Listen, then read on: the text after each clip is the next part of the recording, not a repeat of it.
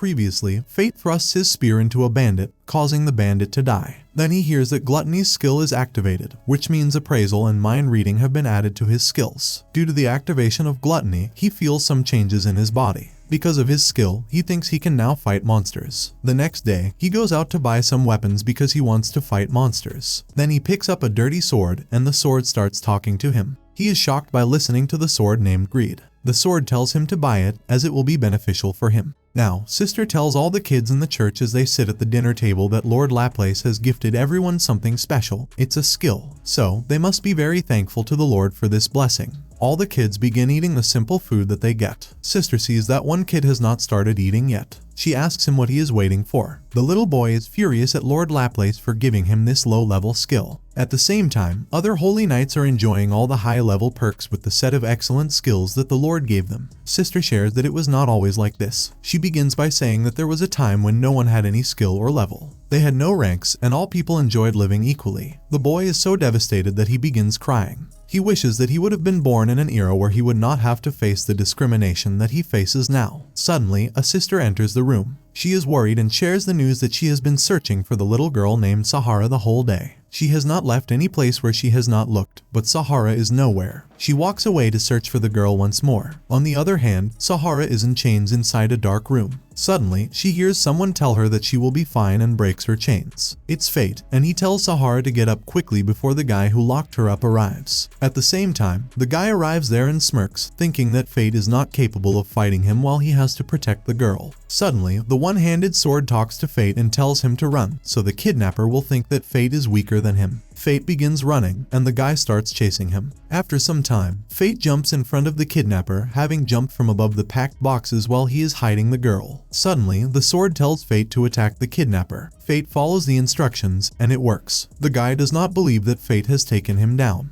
After putting the edge of the sword on the kidnapper's chest, Fate asks him who his boss is. He says that it's Hato Valeric who told him to do so. On the other hand, Hato uses an orphan for his target practice in his home. Fate takes the little Sahara with him and asks for her name. He feels that she might be hungry and goes to a delicious food stall. He buys her the food that she likes so much. She shares that she never had such delicious food before and begins crying. Watching Sahara in tears, Fate offers her his food. Afterwards, Fate takes Sahara to the sister. She is so happy to meet them. They thank him, which sounds strange to him because no one has ever thanked him before. He shares that he has always been a dull man with simple skills, but he says that his father advised him to learn to laugh at every difficult situation. That is what one needs to live life. So, he advises Sahara to do the same. It will help her live through the hardships. Soon after that, Fate begins moving back home while Greed congratulates him that now he can use another skill, which is sword mastery. He can use the skill with some art techniques. Then Greed shares that it's the sharp edge technique, and he just survived that technique. Fate gets so annoyed to know that he could have been dead saving Sahara and says that he would not have saved Sahara if he had known that earlier. But Greed says that Fate is just being humble, and he would do anything to save an innocent.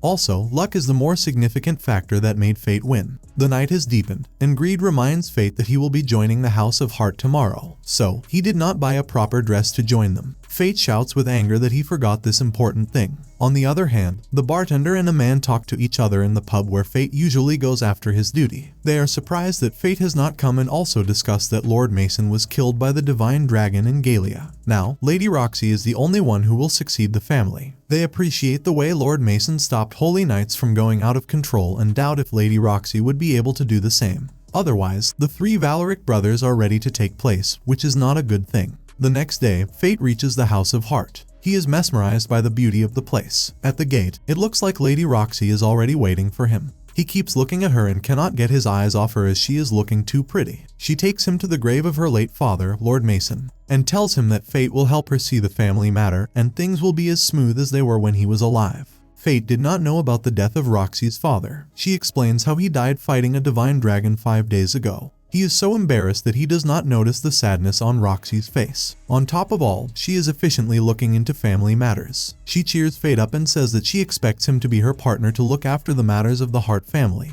He agrees but avoids shaking hands as it will initiate his skill to read Roxy's mind. In nervousness, he points towards the head maid, who asks him to behave appropriately like other servants in the house. But soon afterward, she gives Fate a plate of meat, which he eats like he is so hungry. The maid gets so angry that he has no manners to eat. Fate keeps working for a week there, and the other workers in the family notice that he talks to his sword like a freak. They also laugh at how he eats meat. Fate feels embarrassed and confesses that he didn't eat meat in 5 years, so he acts like that. Suddenly, the head maid tells Fate that Roxy is calling him. He is so amazed that he feels hungry all the time. Fate does not listen when Roxy keeps talking. Suddenly, he realizes that Roxy is calling him Faye, which is what his father used to call him. Roxy tells him that they are the same as they lost their father in fighting a dragon. She calls him her family, and suddenly Fate falls unconscious. He wakes up in his room and sees a note from Roxy that he is on leave until he gets better. Greed tells him that he will always feel hungry as after killing the kidnapper, he has gained a skill called starvation boost. That means he will always be hungry to eat the souls. So, to satisfy his hunger, he will have to kill more, but with every death, he will become stronger and his hunger will grow bigger. If he avoids hunting, he will die. Whenever he is under the boost of starvation, it will be visible in his eye.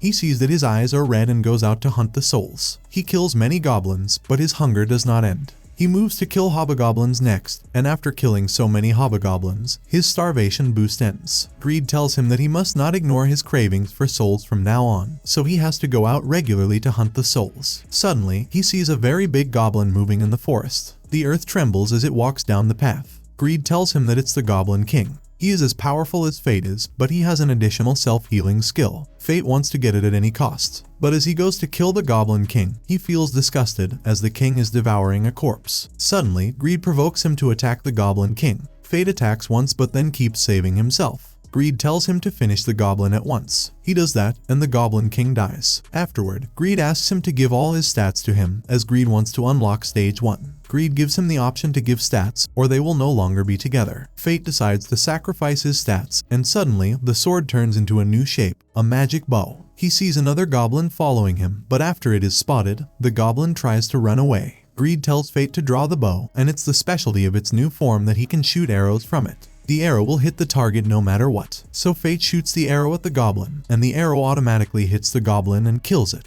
Afterwards, Fate takes the Goblin King's ear and leaves it on the doorsteps of the church. He says that it would earn them enough coin to keep them fed for a while. And that's the end of the second episode of Berserk of Gluttony. As always, if you liked what you saw, subscribe to the channel. I'll be uploading a lot of videos just like this one, and I'll see you in the next one. Till then, goodbye.